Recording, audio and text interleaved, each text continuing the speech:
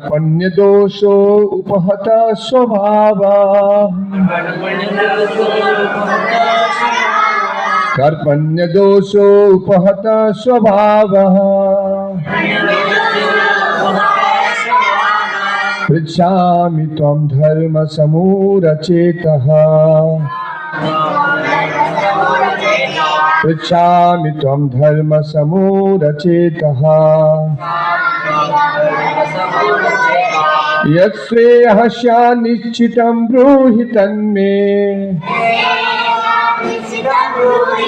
यत्श्रेयः स्यात् निश्चितं ब्रूहि तन्मे शिष्यस्य हम साधिमां त्वां प्रपन्नम् शिष्यस्य हम साधिमां त्वां प्रपन्नम् कार्पण्य दोषो उपहत स्वभावः पृच्छामि त्वं धर्म समूरचेतः यत्श्रेयः स्यात् निश्चितं ब्रूहि तन्मे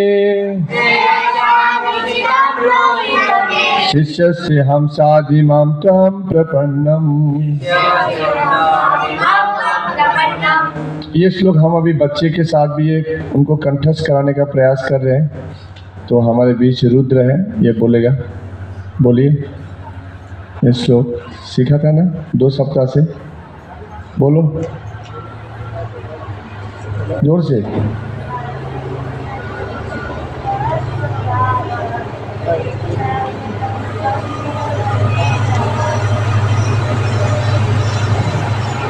याद है कृष्ण बाबू?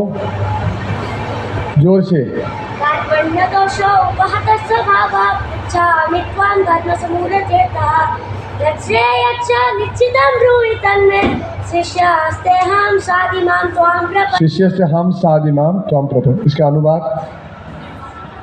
अब मैं अपनी कृपण दुर्बलता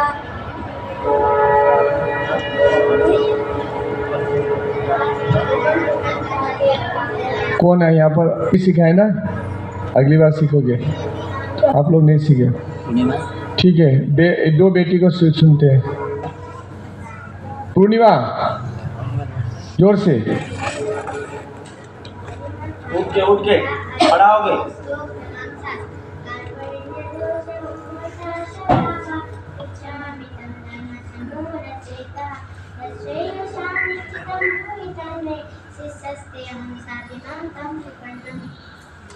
अनुवाद? अब मैं अपनी कृपण दुर्बलता के कारण अपना कर्तव्य भूल गया हूँ और सारा नृत्य भूल चुका हूँ। इसी अवस्था में मैं आपसे पूछ रहा हूँ कि जो मेरे लिए श्रेयस्कर है उसे निश्चित रूप से बताएं। अब मैं आपका शिष्य हूँ और आपका शरणागत हूँ, कृपया मुझे उत्तर दें। Very good. हर्षिता?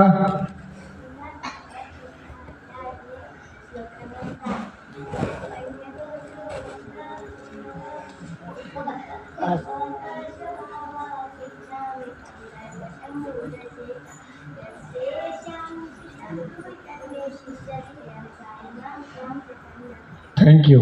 तो ऐसे बच्चे लोग सीखेंगे तो ऐसे पूरे पकड़ लीजिए, सप्ताह महीने में 4 श्लोक सीखते हैं। तो इस तरह से पूरे साल में करीब करीब 40 श्लोक तो सीख लेंगे।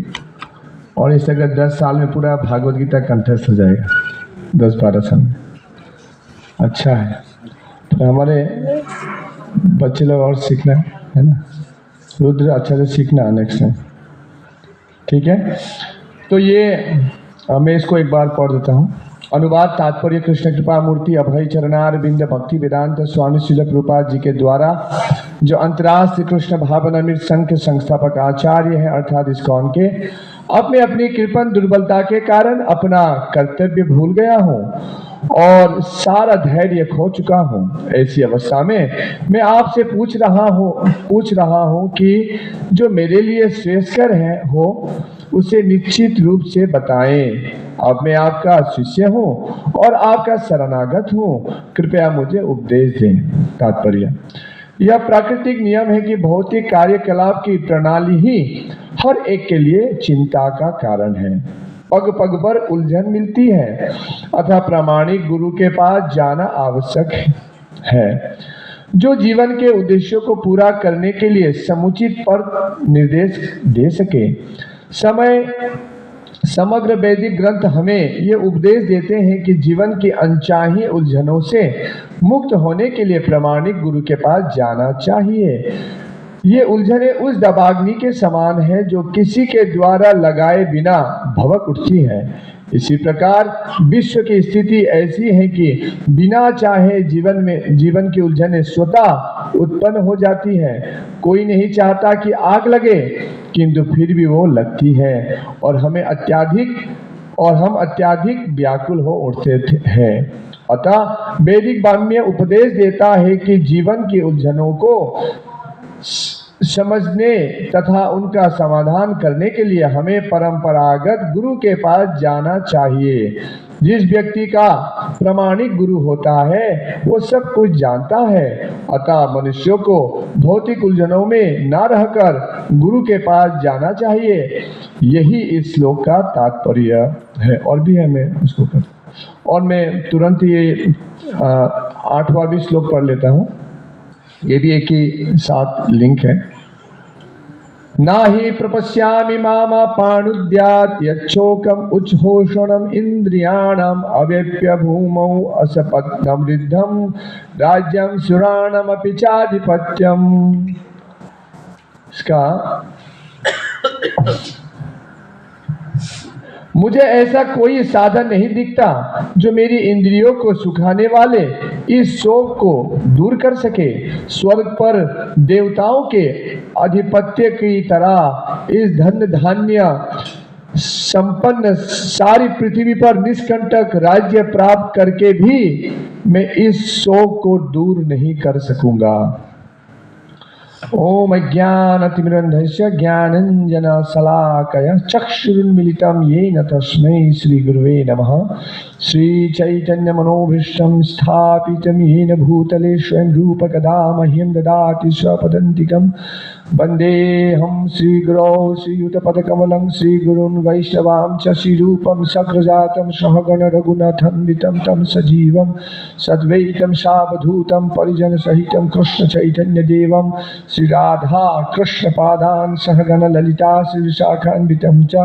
जय श्री कृष्ण चैतन्य प्रभु नित्यानंद श्री अद्वैत गदाधर श्रीवास आदि गौर भक्त वृंद। हरे कृष्णा कृष्ण कृष्ण हरे हरे, हरे राम राम राम हरे हरे। नमो विष्णुपादाय कृष्ण कृष्णाय।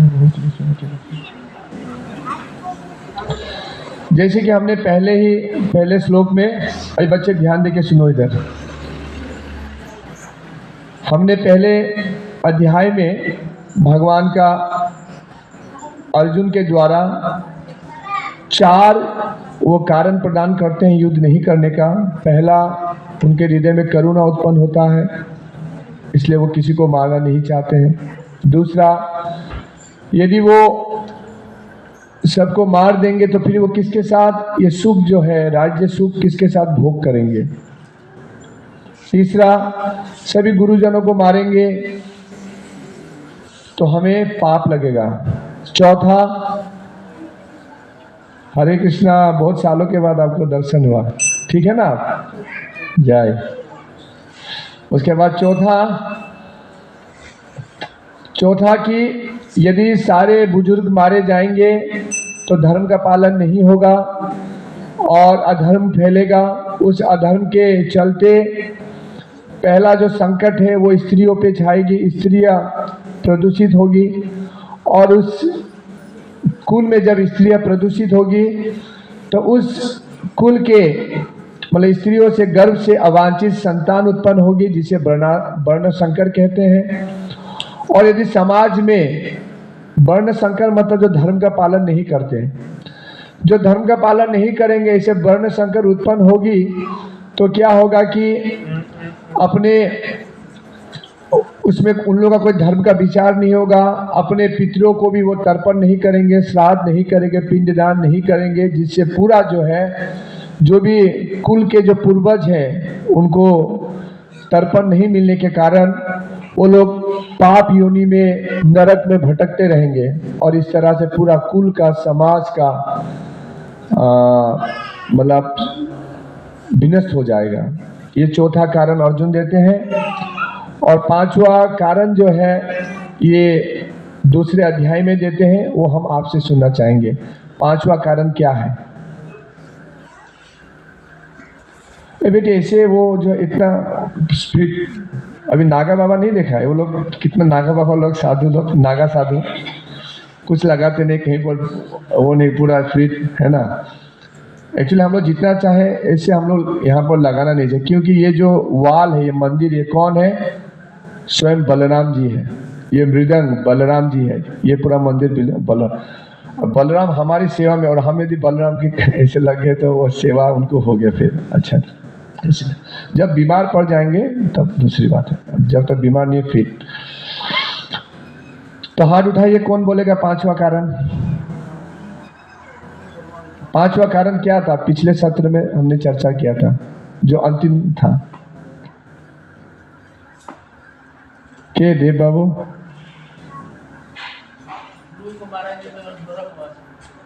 नहीं, वो तो नरक हो गया, पाप लगेगा तब नरक। पांचवा कारण हमने ये अभी सुना था। आकाश पिछली बार आए थे ना, पांचवा कारण क्या बताया था? प्रदीप बाबू, सिंह बाबू, जंत्र काका बाबू,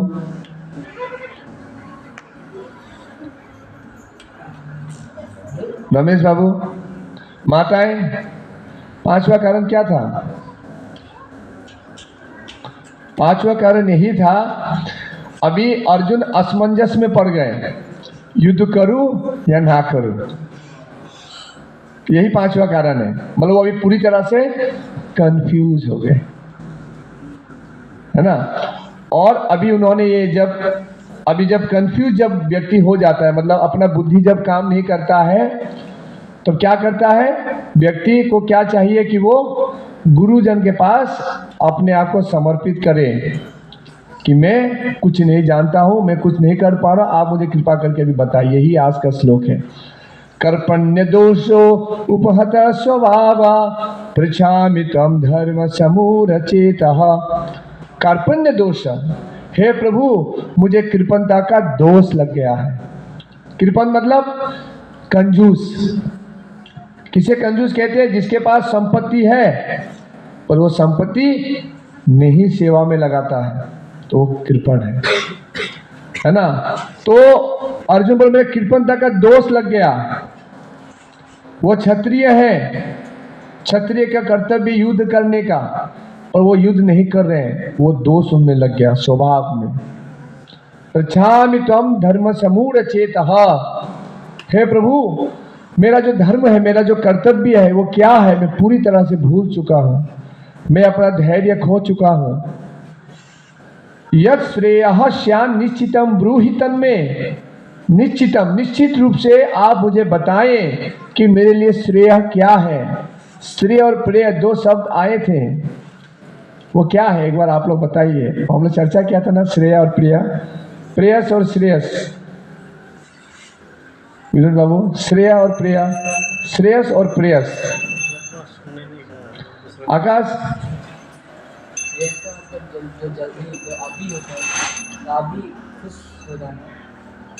रमेश बाबू, श्रेयस बोलो।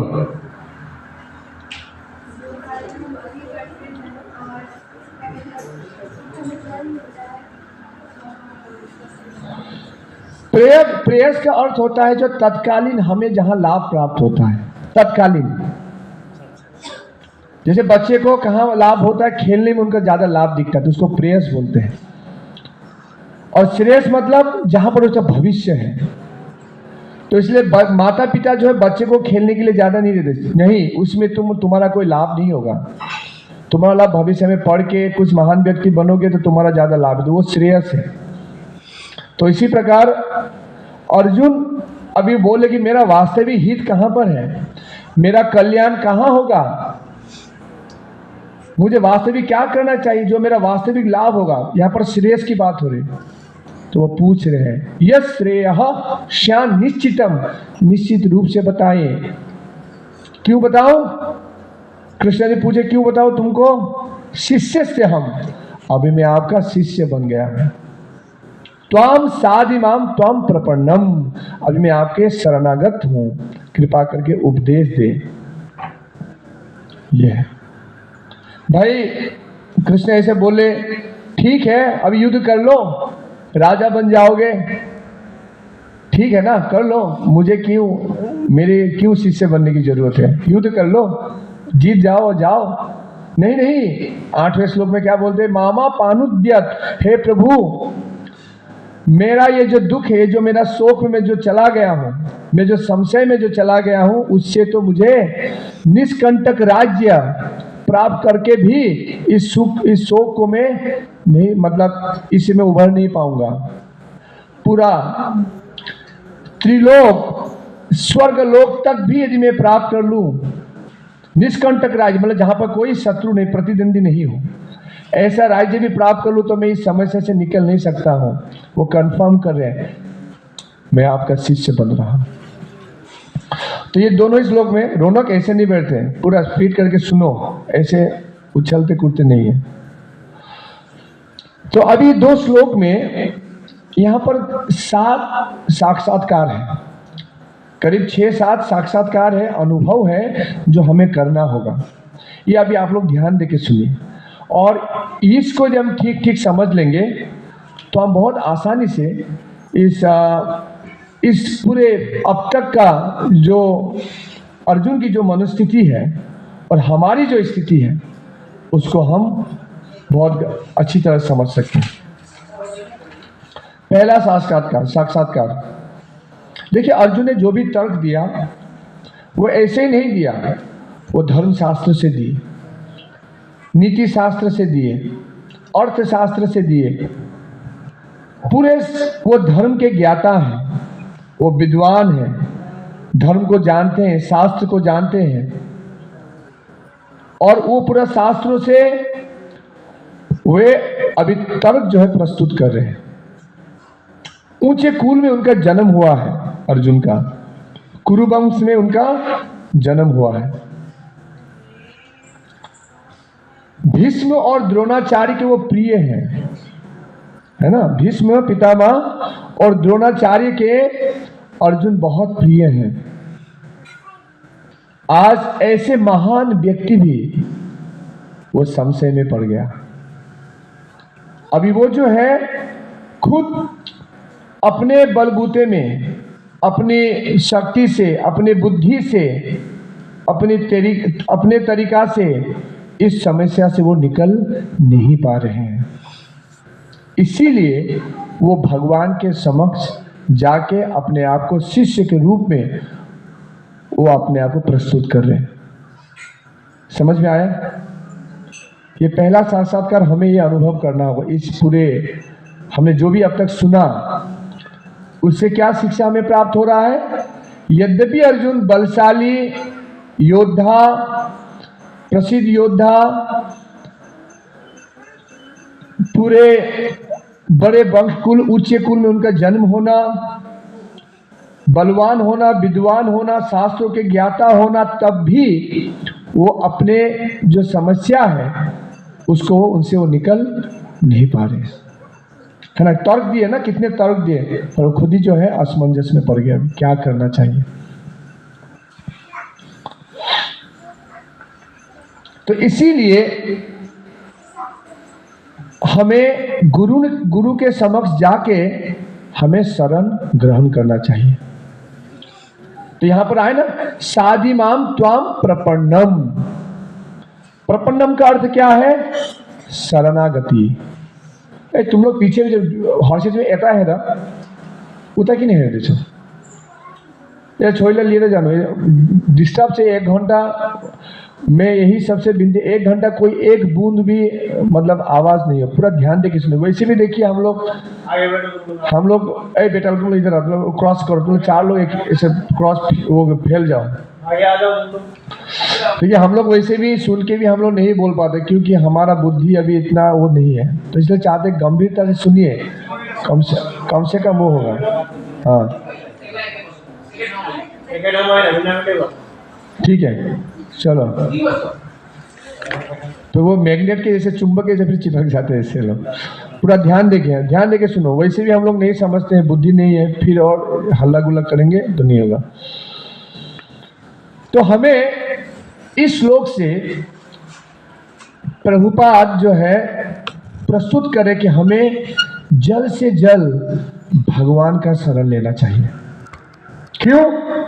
क्योंकि हमारे पास कुछ शक्ति नहीं है, हमारे ऐसा कोई बुद्धि नहीं है। जैसे अर्जुन देखिए, इतने बुद्धिमान है, इतने शक्तिमान है, आज वो खुद असमंजस में पड़ गए, खुद अपने समस्या से वो निकल नहीं पा रहे।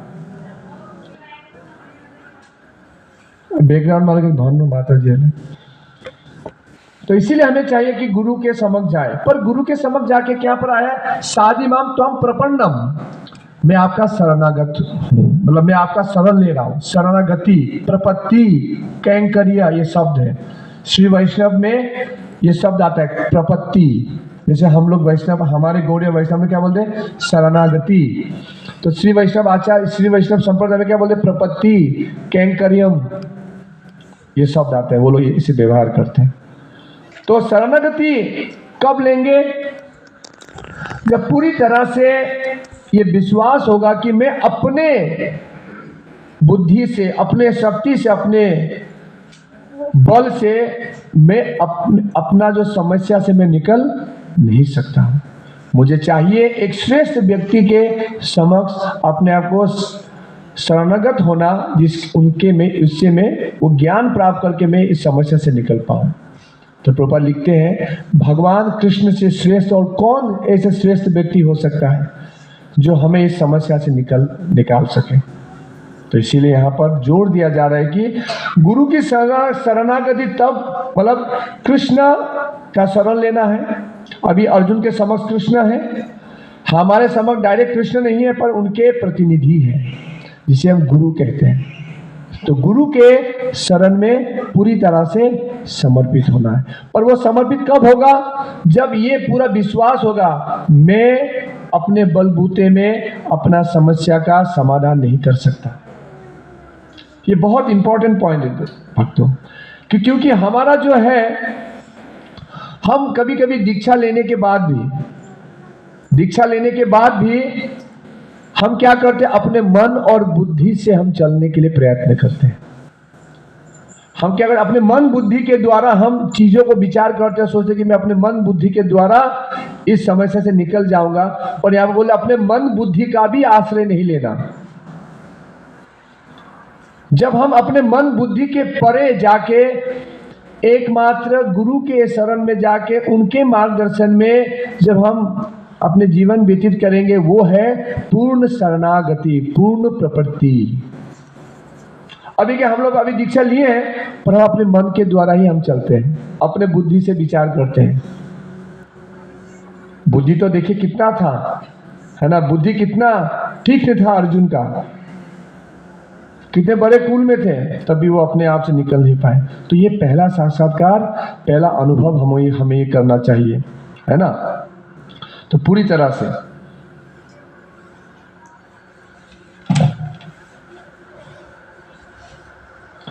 और देखिए अर्जुन की स्थिति को देखिए। जब व्यक्ति का जब स्वार्थ निहित होता है, मतलब अपना जब स्वार्थ वहां पर जब लगता है, तो धीरे धीरे क्या होता है? वो स्वार्थ से ही वो चीज को दिखता है, मेरे लिए क्या अच्छा है, मेरे लिए क्या खराब है। यदि मैं मारूंगा सब मरे जाएंगे, तो खून से युक्त पूरा जो है चीज़ों को मुझे भोग करना पड़ेगा। यदि मैं नहीं मारता हूँ तो मेरा एक ही उपाय, मुझे जंगल जाके भीख मांगना पड़ेगा। भीख मांगना मेरा स्वभाव नहीं है, क्योंकि मैं क्षत्रिय हूँ। तो अर्जुन क्या है कि वो पूरी तरह से अपना विचार कर रहे हैं, अपना बुद्धि से विचार कर रहे हैं।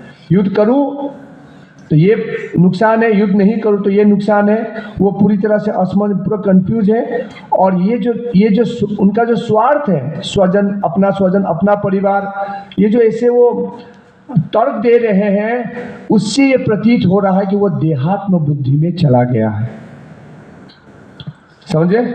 ये देहात्म बुद्धि का लक्षण है। जब वो देह में, देहात्म सभ्यता में जब आदमी जीता है तो वो क्या स्वार्थ में जीवन जीता है कि मेरा लाभ क्या है, मेरा क्या है, मेरा क्या है। अर्जुन का जितना भी विचार है वो कैसे इंगित कर रहा है कि मेरा क्या लाभ है, मेरा नुकसान, मेरा लाभ, ऐसा विचार कर रहे हैं।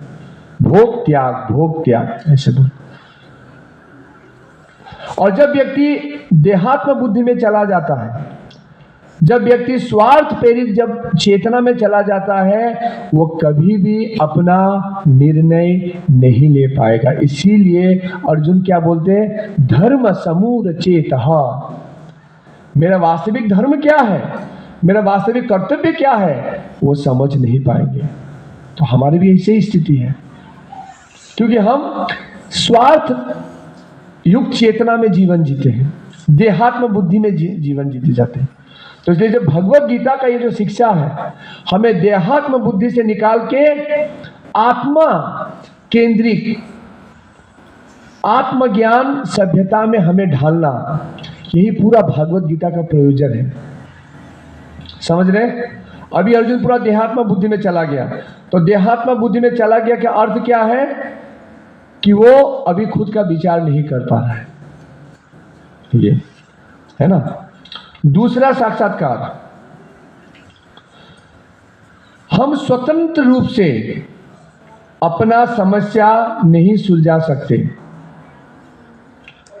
मतलब किसी का मतलब खुद का, मतलब अपने आप से करना, मतलब किसी का कोई हेल्प नहीं लेके अपने आप स्वतंत्र रूप से करना। जिस तरह से प्रभुपाद बोलते कि एक पेशेंट है, अपना इलाज वो कैसे कर सकता है यदि वो डॉक्टर ही नहीं है?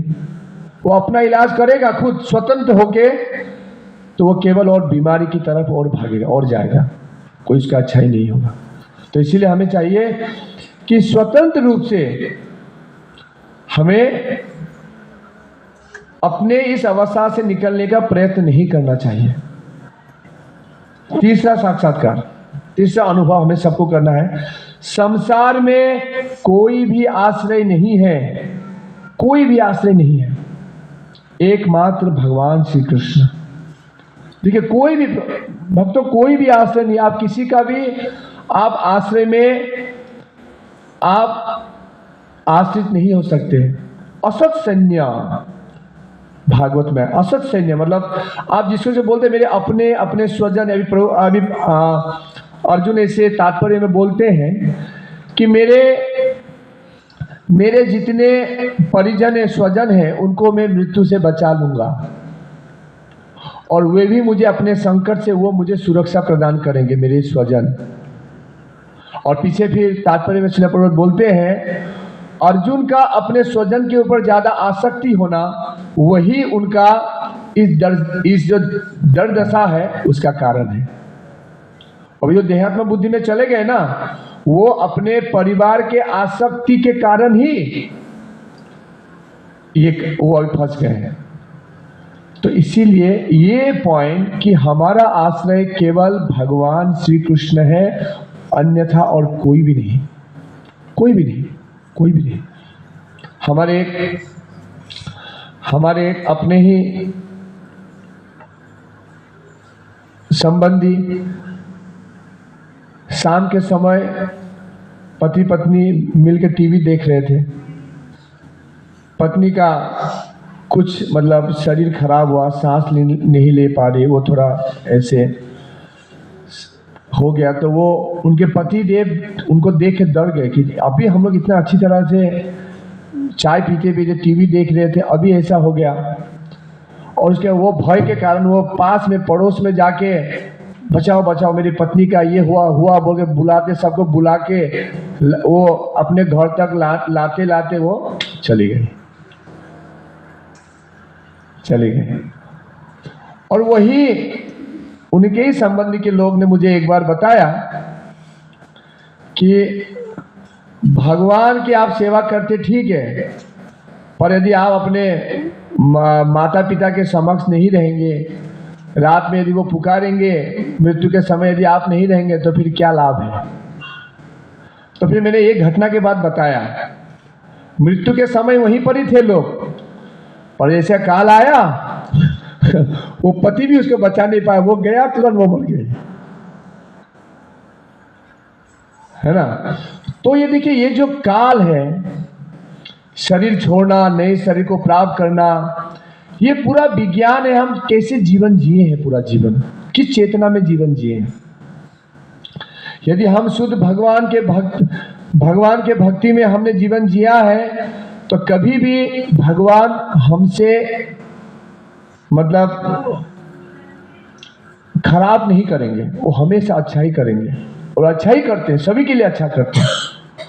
पर जब हम अपना गोलमाल करते हैं, स्वतंत्र रूप से भगवान को छोड़ के अपना राज्य चलाने का प्रयत्न करते हैं, तभी गोलमाल होता है भाई। तो इसलिए ये जो साक्षात्कार से हमें क्या सीखना है, केवल कृष्ण, हमारे जीवन में केवल कृष्ण ही होने चाहिए।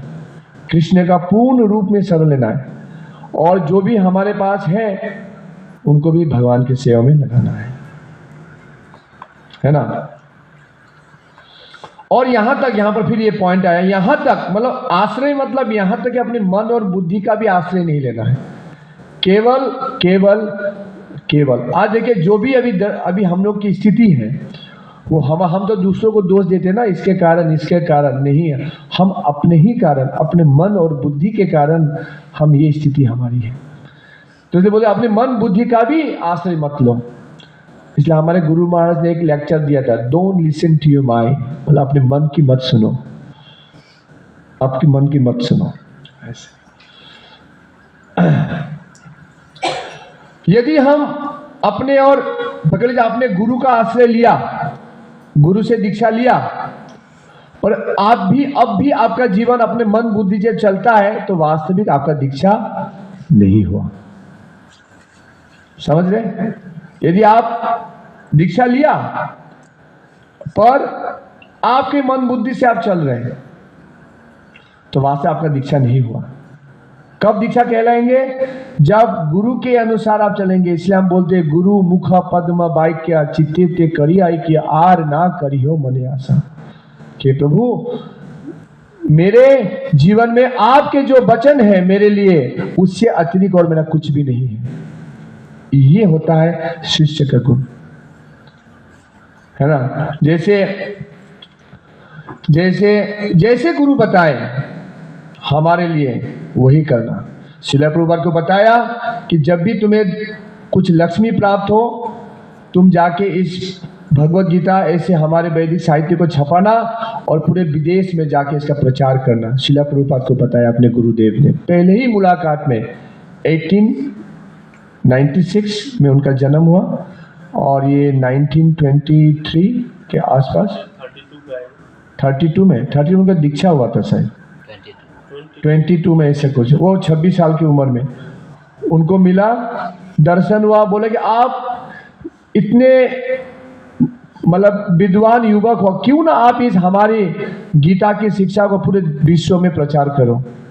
और फिर वहाँ पे कुछ वार्तालाप हुआ, और उसी दिन श्रील प्रभुपाद जब 26 साल की उम्र में उनके अपने हृदय में वो धारण कर लिया कि मुझे यही करना है। और पूरा उन्होंने करीब 45 साल उन्होंने तपस्या किया, उसमें तैयारी किया, और जाके 70 साल के आयु में अपने गुरु के वचन को सिद्ध करने के लिए, उस वाक्य को आज्ञा को पालन करने के लिए वो अमेरिका चले गए।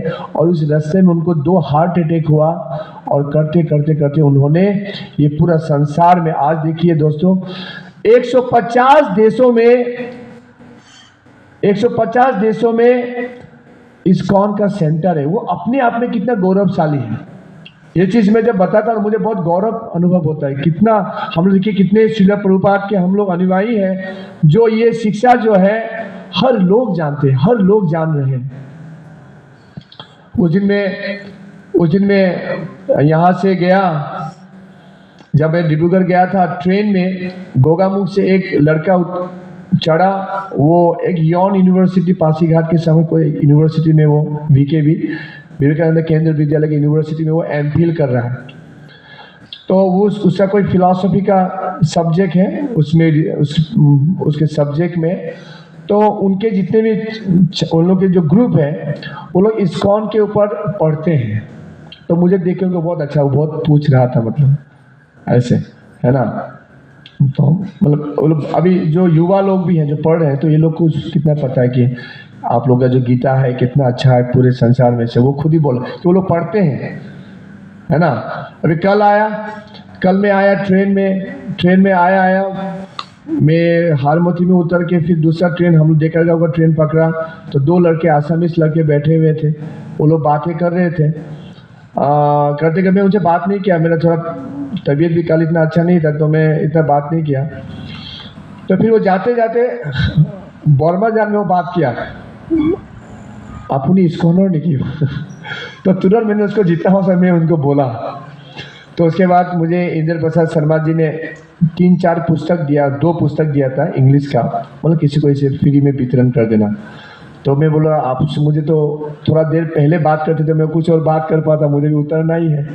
तो मैंने उनको एक प्रसाद दिया, प्रसाद का एक पैकेट दिया और एक पुस्तक आप पढ़िए, मतलब यही हमारा गाँव है, कभी आइएगा। तो कहने का अर्थ है कि देखिए ऐसे है कि हर जगह पर आज पूरे संसार में ये कृष्ण भावनामृत का है। क्यों? प्रभुपाद ने शुद्धता से इस भगवत भक्ति का प्रचार किया, है ना। ये जीवन होता है। इसीलिए हम यदि अपने मन बुद्धि से चल रहे हैं तो हम कभी भी भक्ति मार्ग में आगे नहीं बढ़ पाएंगे। तो एक बार चैतन्य महाप्रभु जब प्रकाशानंद सरस्वती से मिले, है ना, वाराणसी में, तो वो बोले आप कैसे सन्यासी है? चैतन्य महाप्रभु को बोले आप कैसे सन्यासी हैं? आप सन्यासी हो गए, हरे कृष्ण हरे राम गा के नृत्य करते रहते हैं, उछलते रहते हैं। सन्यासी को होना चाहिए कि वेद का अध्ययन करें, वेद पढ़े, है ना।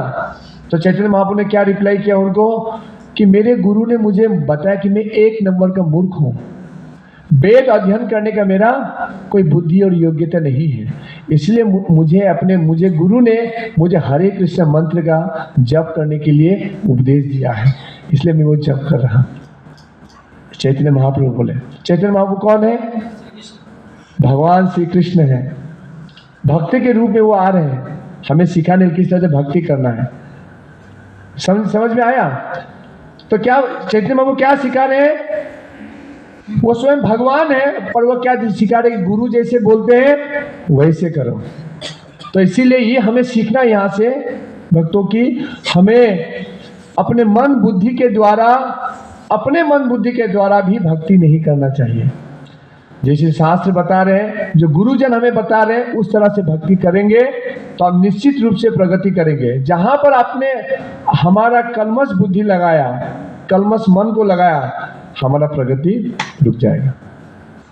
इसका अर्थ ये भी नहीं कि अंधाधुंध करना है। जहाँ पर भी संशय हो गुरुजनों से पूछे कि ये मेरे मन में विचार आ रहा है, ये संशय आ रहा है, वो चेक करे, उसमें कोई आपत्ति नहीं है। अर्जुन करीब 23-24 प्रश्न करते हैं भगवत गीता में, प्रभु ऐसे आप बताएं, मुझे तो ऐसे मैं समझ रहा था, मैं तो ऐसे सुन रहा था। तो फिर भगवान उनको एक एक करके उसका स्पष्टीकरण करते हैं। अंधाधुंध भी नहीं है, पर इसका अर्थ ये भी है कि हम जब गुरु को स्वीकार करें, जब गुरु यदि पूर्ण, जैसे अभी आएगा कि वो जब गुरु शिष्य परंपरा में है, वो पूरा उनका जीवन केवल बद्ध जीवों को उद्धार करने के लिए, भगवान कृष्ण के पास ले जाने के लिए है, वो यदि आप क्लियर है, उसके बाद फिर आपको अंधाधुनी उनको स्वीकार करना पड़ेगा। ऐसे ये केवल आश्रय भगवान का। अगर हमें अपने जीवनों से, अपने जीवन के इस चिंताओं से, निराशा से यदि आपको मुक्त होना है, यदि आप ऐसे विचार करते हैं कि इतनी चिंता है जीवन में, इतना कष्ट है, इतना दुख है ना, यदि आप ऐसे विचार करते हैं, केवल एकमात्र उपाय है, जल्द से जल्द शीघ्रम भगवान श्री कृष्ण की शरण ले लीजिए। ये चौथा अनुभव, ये 2 श्लोक का, समझ रहे? यदि आपको चाहिए कि आप इस चिंताओं से आप निकलना चाहते हैं, इस दुख से यदि आपको निकलना चाहते हैं, संसार के दुख से, तो आप शीघ्र भगवान श्री कृष्ण के आप शरण ले लीजिए।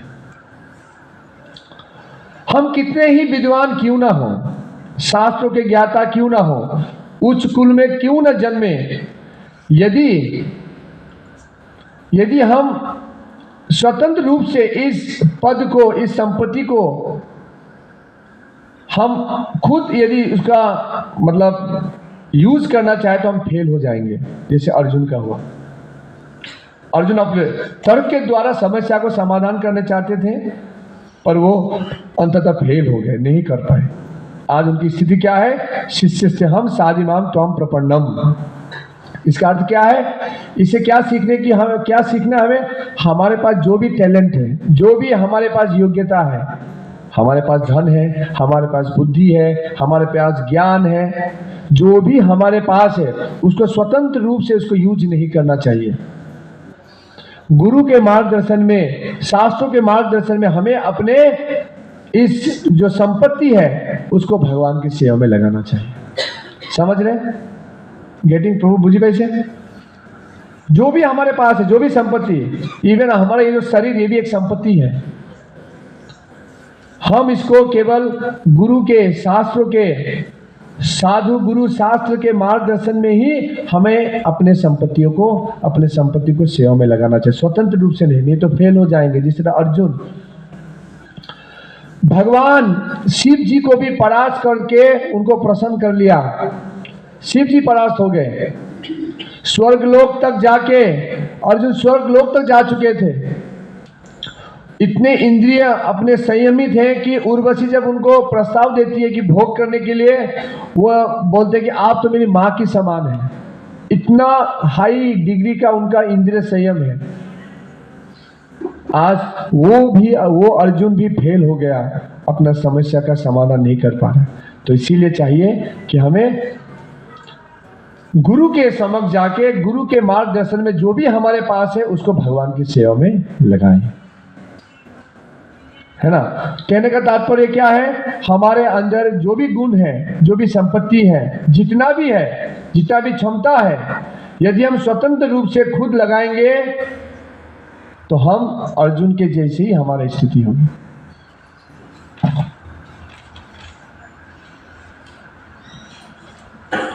तो ये बहुत ही ये जो साक्षात्कार, ये जो अनुभव जिसको ये होगा, वो उतनी ही तीव्रता से भगवान का आश्रय लेगा और तीव्रता से भक्ति योग में प्रवेश करेगा।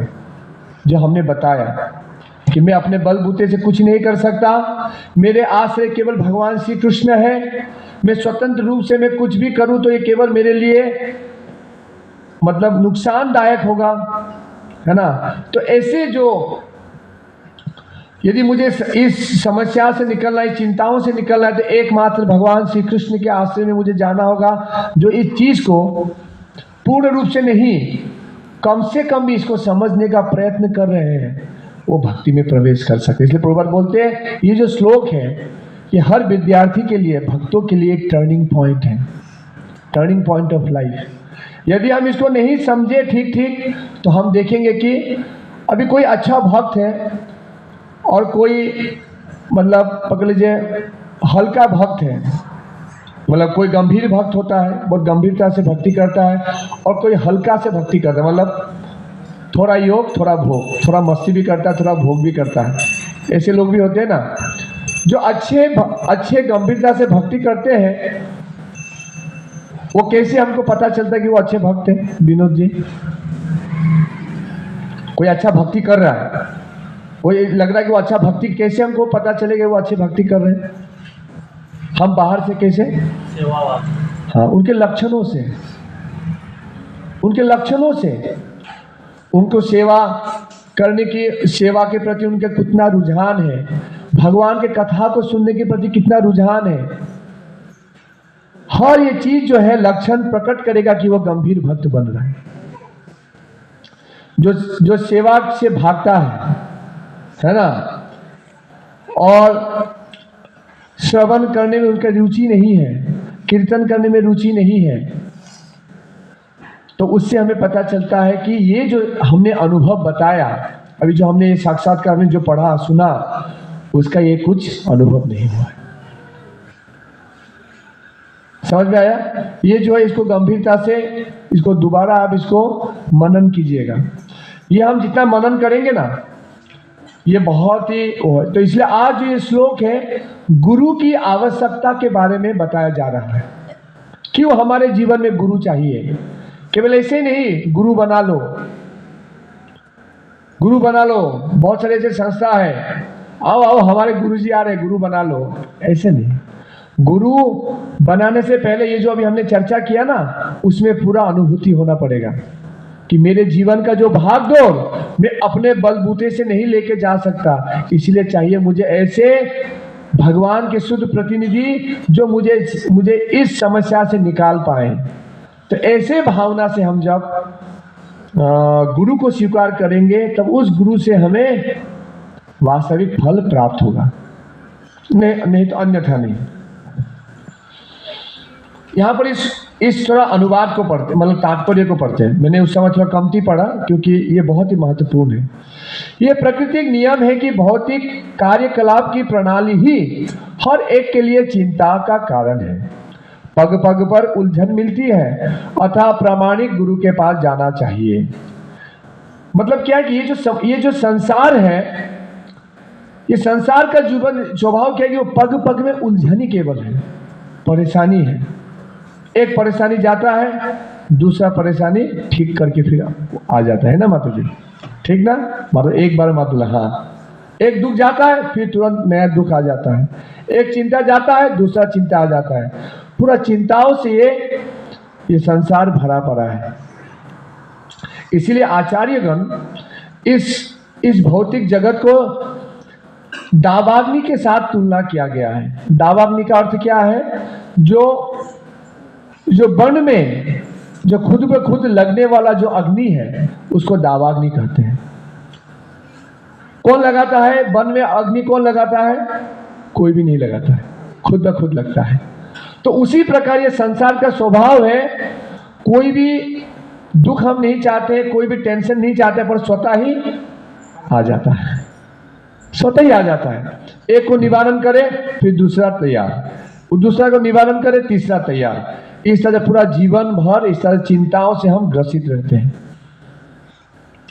तो प्रभुपाद बोलते हैं कि कोई समुद्र में जाएगा, समुद्र में प्रवेश करेगा और ऐसा हो कि वो गीला नहीं हो। समुद्र में जाए तो गीला होगा ना वो। तो वैसे ही कोई ये संसार में है, दुख नहीं है, ऐसा कोई व्यक्ति नहीं मिलेगा। ये संसार ऐसे ही बना है, केवल दुखों से हम चिंताओं से ग्रसित है हर कोई। पग पग देखिए कितना सुंदर प्रभाव लिखते हैं। मतलब ये प्राकृतिक नियम ही इस तरह से कि भौतिक कार्यकलाप की प्रणाली ही हर एक के लिए चिंताओं का कारण है, पग पग पर उलझन मिलती है। इसीलिए अतः प्रामाणिक गुरु के पास जाना आवश्यक है, जो जीवन के उद्देश्यों को पूरा करने के लिए समुचित पथ निर्देश दे सके। इसीलिए गुरु के पास जाना चाहिए, जिससे कि हम इस दावाग्नि से निकल पाए। और दावाग्नि किसे कहते हैं? जो हम इस संसार बंधन में फंसे हुए, जन्म मृत्यु के चक्कर में फंसे हुए, जन्म मृत्यु के चक्कर में। इसलिए इस्लाम सुबह गाते हैं प्रतिदिन, संसार दावा नललीर लोका त्राणाय कारुण्य घना घनत्वम प्रातः कल्याण गुणान वैश्य बंदे गुरु श्री चरणार बिंदम। उस दावाग्नि का अंत कब होगा? जब ऊपर से बारिश होगा। वन में जो अग्नि लग गया है, उस अग्नि का अंत कब होगा? जब ऊपर से बारिश होगा। उसी प्रकार हम इस जन्म मृत्यु चक्कर में फंसे हुए, उलझनों के ऊपर उलझन प्राप्त कर रहे हैं। इस उलझन से मुक्ति कब होगा? जब गुरु हमें बादल रूपी कृपा करेंगे, वर्षा करेंगे और हमारा दावाग्नि को शांत करेंगे। इसीलिए हम प्रतिदिन सुबह गुरु वंदना करके हम भगवत भक्ति जो साधना उसका प्रारंभ करते हैं। कितना महत्वपूर्ण है। इसीलिए चाहिए कि सुबह प्रतिदिन हर कोई व्यक्ति उठ के घर में गुरु वंदना करके संसार दावा इन जो शब्दों को आप इसको ध्यान करें, अवलोकन करें, विचार करें, कितने गंभीर ये विचार है, तत्व है। तो ऐसे करके हमारा जीवन आगे बढ़ना चाहिए। इसीलिए गुरु का आवश्यक है ना। समग्र वैदिक ग्रंथ हमें ये उपदेश देते हैं कि जीवन की अनचाही उलझनों से मुक्त होने के लिए प्रामाणिक गुरु के पास जाना चाहिए। सभी वैदिक ग्रंथ जितने भी हमारे शास्त्र में, वेद पुराण, उपनिषद क्या बोलते हैं? प्रामाणिक गुरु के पास जाना चाहिए। प्रामाणिक गुरु। तो यहाँ पर 4 संप्रदाय हैं: श्री संप्रदाय, निम्बार्क संप्रदाय, ब्रह्मगौर्य संप्रदाय, कुमार संप्रदाय। तो यही 4 अंतर्गत ही हमें गुरु का चयन करना चाहिए, गुरु के आश्रय में जाना। जहां से उठा के गुरु नहीं बनते हैं। शास्त्र में दिया है कि इन संप्रदाय के अंतर्गत जो भी गुरुजन हैं उनसे आप सलाह करो।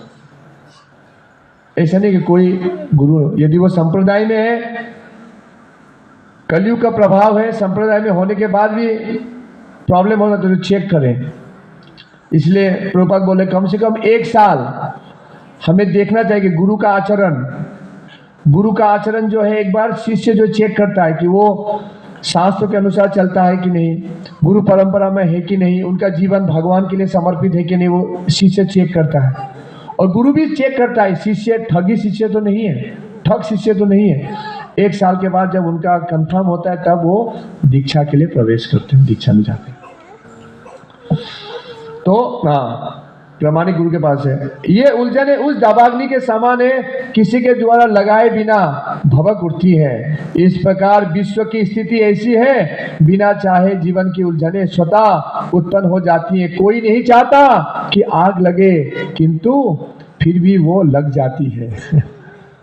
कितना है ना, कोई आग नहीं चाहता है ना घर में, पर आग लग ही जाता है सबके घर में, सबके जीवन में आग लगता है ना।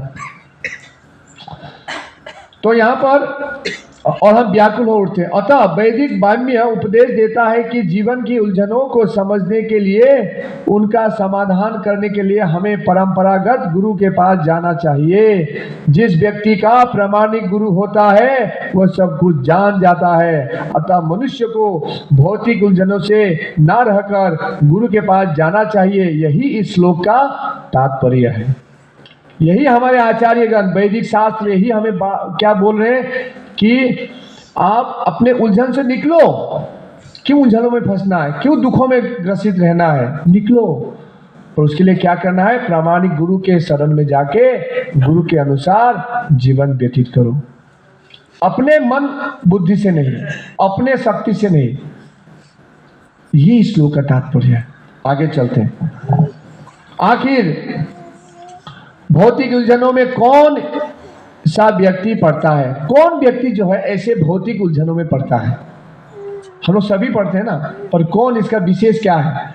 देखिए, वो जो जीवन की समस्या को नहीं समझता, जो हम नहीं समझते कि हम उलझन में पड़े हैं, यही हमारी बीमार है। जैसे बहुत साल पहले वृंदापति प्रभु जो हमारे सीनियर ब्रह्मचारी हैं, तो वो हमें बताए कि हमारा सबसे बीमारी क्या है।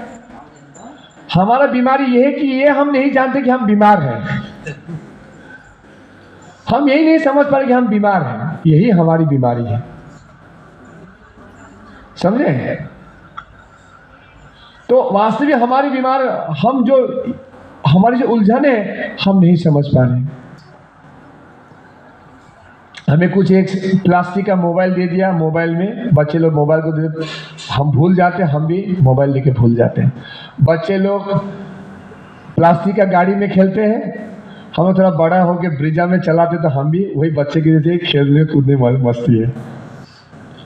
बच्चा बाली का घर बनाता है, हम थोड़ा आसम टाइप का घर बनाते, हमको वाह क्या अचीव कर लिया। बच्चा भी सोचता क्या अचीव कर लिया। बूढ़े नदी में हमने बाली का घर बनाया, देखो भू भू, और हमने भी थोड़ा मतलब 3-4 महला का बनाएंगे घर, बोलेंगे वाह क्या हमने कर लिया। कोई अंतर नहीं। ऐसे ही हमारा जीवन चलता है।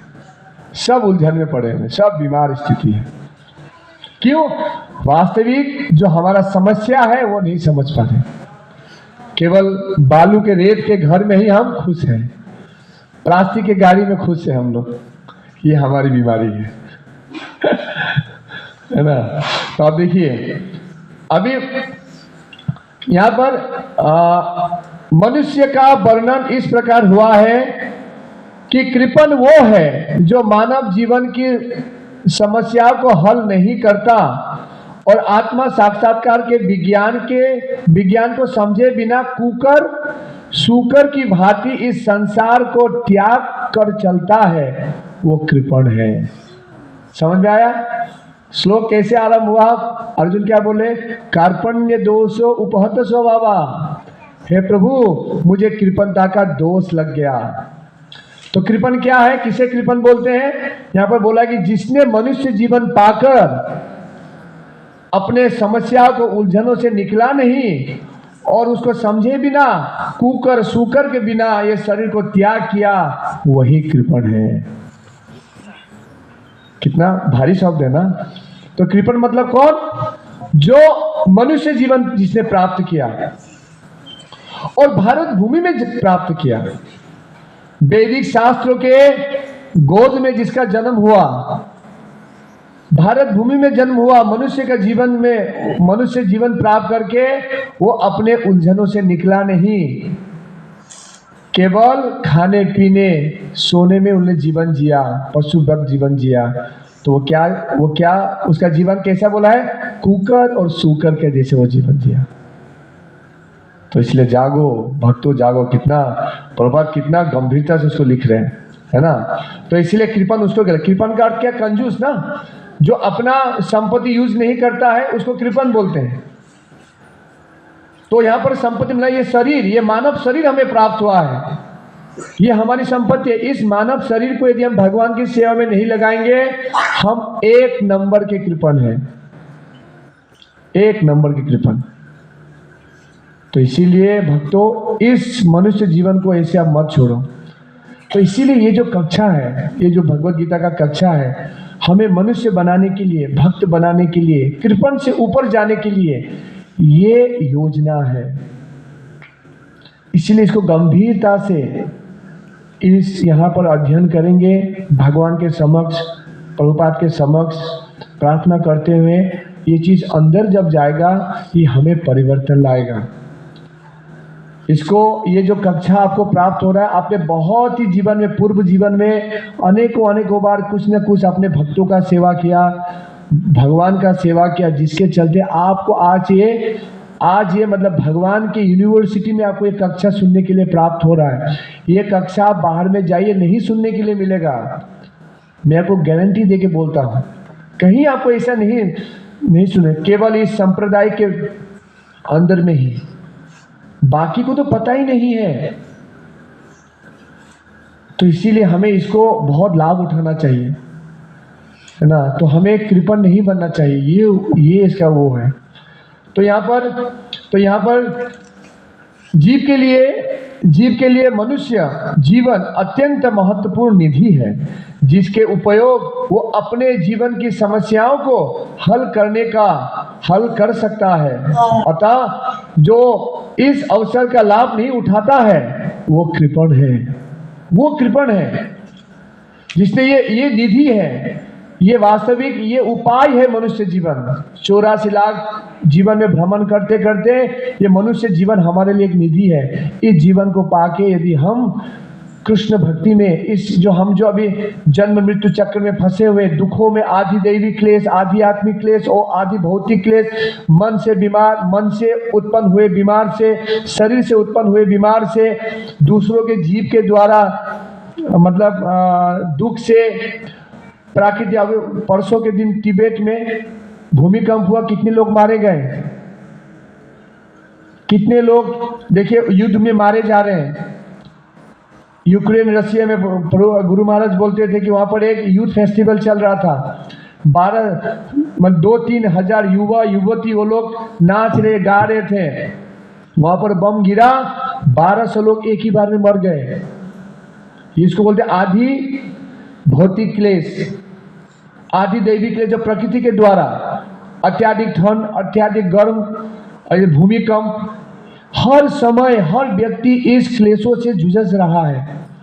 तो इसलिए मनुष्य जीवन ये ऐसा निधि है कि हम इससे निकल के भगवान का शरण लेके हम अपने मनुष्य जीवन को सार्थक करके पुनः ये शरीर का जब समापन होगा, इस शरीर के बाद हम भगवान के पास जा सकते हैं, जब सदा सदा सनातन मतलब वास्तविक सनातन स्वरूप को प्राप्त करके सनातन समय के लिए हम भगवान की सेवा में युक्त हो सकते हैं। ये अवसर हमें प्राप्त हुआ है इस मनुष्य देह में। इसलिए यहाँ पर बोले कि कृपण मत बनो, कृपण मत बनो। तो इसलिए हमें बहुत विचार करना। इसलिए प्रभुपाद बोलते हैं, गृहस्थों को विशेष करके प्रभुपाद बोलते हैं, ठीक है परिवार चलाना है, भरण पोषण करना है, भगवान की रेख निरेख में करो, अपना स्वतंत्र रूप से नहीं, मैं कमा के लाऊंगा तभी घर चलेगा, ज्यादातर ऐसे ही बोलते हैं। आए कथा में आइए, भगवत कथा सुनिए, भाई कथा में जाएंगे तो कौन काम करेगा, कौन मेरी पत्नी को खिलाएगा, ये उत्तर हमें मिलता है। अरे भाई आप खिलाने वाले कौन है? भगवान यदि नहीं देते तो आपका क्या हाल होता। पर हम अज्ञान बस क्या सोचते कि मैं करूंगा तभी होगा। करना चाहिए, पर वो भी हम जो करते अंततः भगवान आपकी मर्जी, मैंने कुछ सेवा किया, अभी सेवा के फल से आप चाहे तो आपकी सेवा हो, परिवार जन की सेवा हो, इस भावना के साथ हमें गृहस्थ जीवन बिताना चाहिए। इसलिए नारद मुनि बताते हैं कि भाई 8 घंटा सो जाओ, नहा धो लो, 6 साढ़े 6 घंटा सो जाइए, तो नहाना धोना बाथरूम जाना 1-1.5 घंटा, 8 घंटा में वो अपना काम करो, 8 घंटा काम करो, धन कमाओ, परिवार है तो धन कमाओ, 8 घंटा वो भी भगवान के चेतना में, भागवत चेतना में। या सर्वत्र कालेषु माम अनुस्मर युद्धचा, हे अर्जुन युद्ध करते करते मेरा स्मरण करो। उसी प्रकार हम अपने कार्य करते करते, अपने बिजनेस व्यापार करते करते भगवान के स्मरण में करें, और ये जो 8 घंटा हमारे पास समय है उसका केवल सदुपयोग करें भगवान की सेवा करने में। श्रवणम कीर्तनम विष्णु, भगवान के भक्त के साथ मिले, भगवान के भक्त के साथ अपने जीवन के ये जो भक्ति में चीज़ों को बांटें, मंदिर आए, है ना। हम उस दिन कथा सुन रहे थे, अम्बरीश महाराज के प्रसंग में तात्पर्य में कथा आता है कि वो सेवे शशि प्रभु बोल रहे थे कि जो व्यक्ति जिस गांव में रहता है और प्रतिदिन यदि वो भगवान का दर्शन करने नहीं आता है, उसको बड़ा अपराध लगता है, बड़ा अपराध। ये शास्त्रों का विचार है। जब एक पाप होता है, जब पाप ज्यादा होते होते, जब पाप का ऊपर का भाग है अपराध, तो इसलिए जो 8 घंटा आपको मिला, 8 घंटा काम करो, धन कमाइए, 8 घंटा अपना रेस्ट लीजिए शरीर का, और 8 घंटा में साधन भक्ति कीजिए, साधना भक्ति। उसमें मंदिर आना, मंदिर में कुछ सेवा करना, भगवान का नाम जपना, शास्त्रों का अध्ययन करना, ये होना चाहिए। और यदि कलयुग की स्थिति देखिए, हम 100 लोग को फोन करते हैं, 10-20 लोग ही आते हैं, और सबके अपने अपने कारण टक टक टक ऐसे बोलते हैं, ये प्रभु ये प्रॉब्लम, ये प्रॉब्लम, ये प्रॉब्लम, ये प्रॉब्लम। तो हम कृपण नहीं बने, ये अर्थ है कहने का।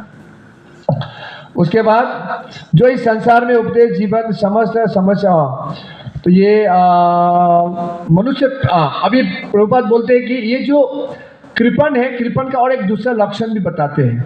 विनोद जी सुनिए, कृपण का क्या है, नेक्स्ट लक्षण क्या, कृपण कैसे लोग होते हैं। अपना देहात्म बुद्धि बस, कृपण ये कंजूस लोग अपना सारा समय परिवार, समाज, देश आदि के अत्याधिक प्रेम में गवा देते हैं। मतलब कृपण का लक्षण क्या बताया, वो क्या, जिसका उसका जितना समय है वो पूरा समय अपने परिवारजनों में अपने जाति में, अपने देश के चलते वो पूरा गंवा देते हैं। ये कृपण का लक्षण है।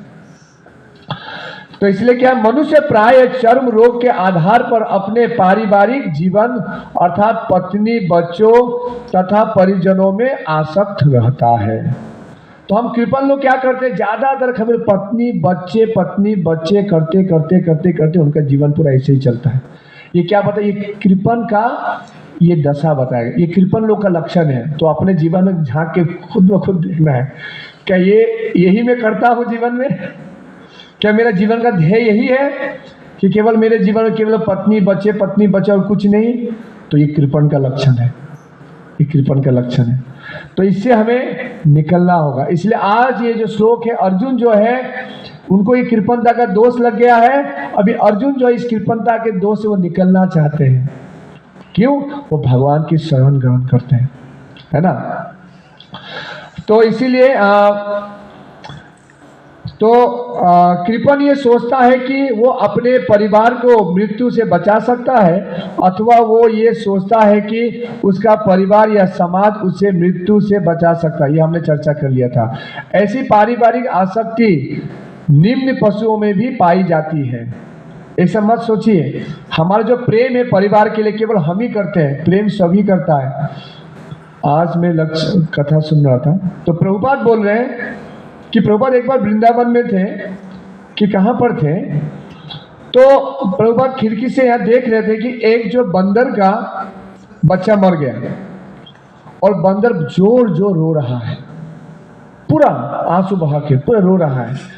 तो प्रभुपाद बोले देखिए वो बंदर का बच्चा मरा तो बंदर का माता पिता भी पूरा वो रो रहे हैं। क्यों?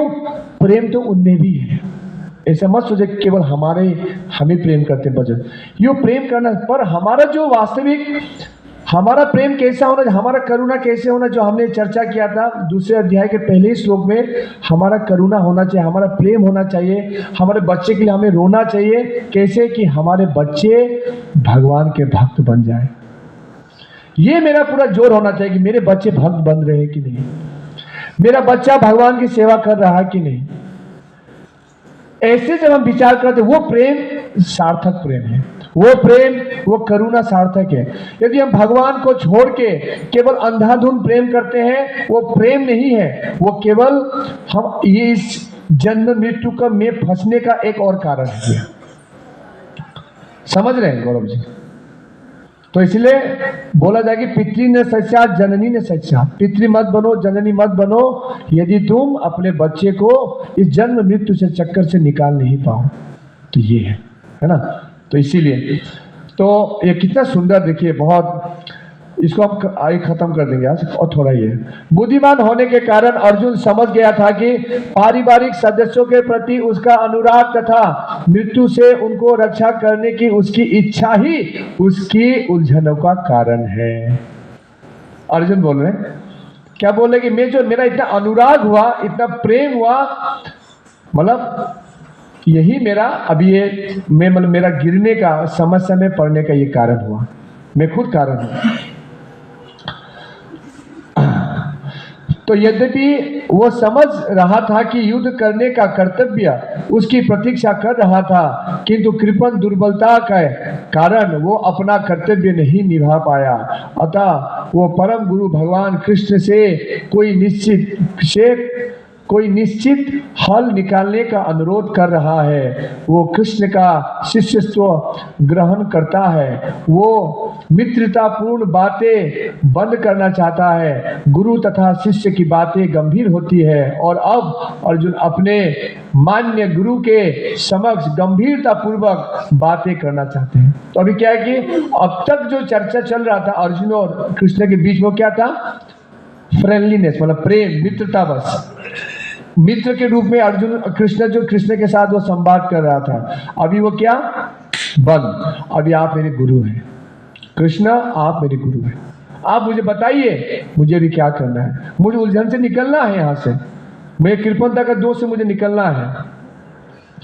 इसीलिए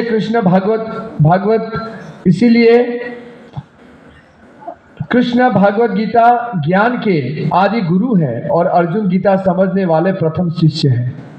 ठीक है?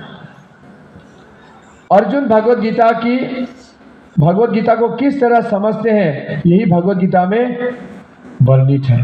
ये पूरा भगवत गीता में यही चीज वर्णन किया गया है, किस तरह से अभी अर्जुन जो है भगवत गीता को सीखेंगे।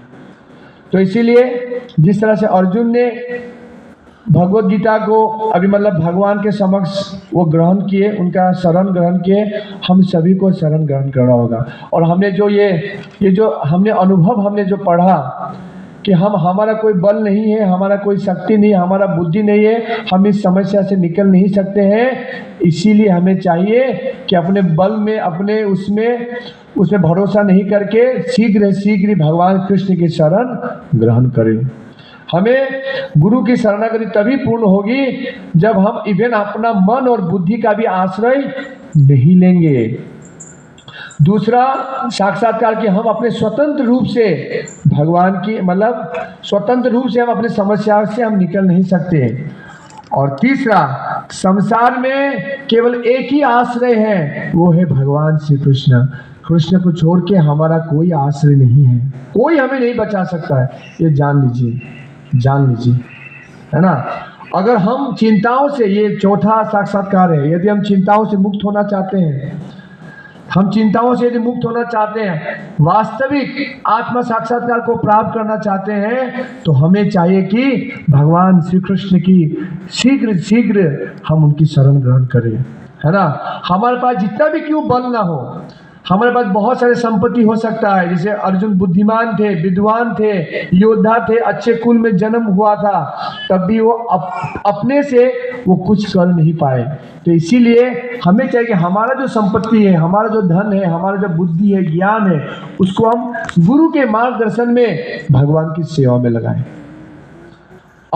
यदि हम अपने लिए यदि करेंगे, वही हमारा उलझन का कारण बनेगा, बंधन का कारण बनेगा। तो इसीलिए ये बहुत ही, जैसे प्रभुपाद ने मैंने बताया, 30 श्लोक महत्वपूर्ण श्लोक है भगवत गीता के, ये प्रथम श्लोक है, इसलिए इस श्लोक को भी आप लोग कंठस्थ करें। आप बेटे को सिखाइए, बेटे को सिखाते बेटा बेटी को सिखाते आप भी सीख जाएंगे, है ना। सीखना विनोद जी का आपको आ गया ना, ये तो याद है आपको श्लोक। तो ये पढ़िए इस तरह से, और आप ऐसे करेंगे तो आप देखिए बहुत प्रगति होगा। हमारे पास यहाँ पर आप लोग अच्छे लोग हैं, केवल जरूरत है गंभीर बनिए। ये मनुष्य जीवन को गंभीर बनने की दिशा में हमें ले जाना है। ये बृहस्पतिवार के दिन जब मैं आपको फोन नहीं करूं और फोन नहीं करके आप उपस्थित हो जाए, तब मानूंगा आप गंभीर बन रहे हैं। नहीं तो मेरा चिंता हो जाता है, ये बोलते कितना जन के लिए प्रसाद बनाएंगे, कितने लोग के लिए बनाएंगे, क्योंकि भक्त का भी इतना स्थिति डामाडोल है, कभी आते हैं कभी नहीं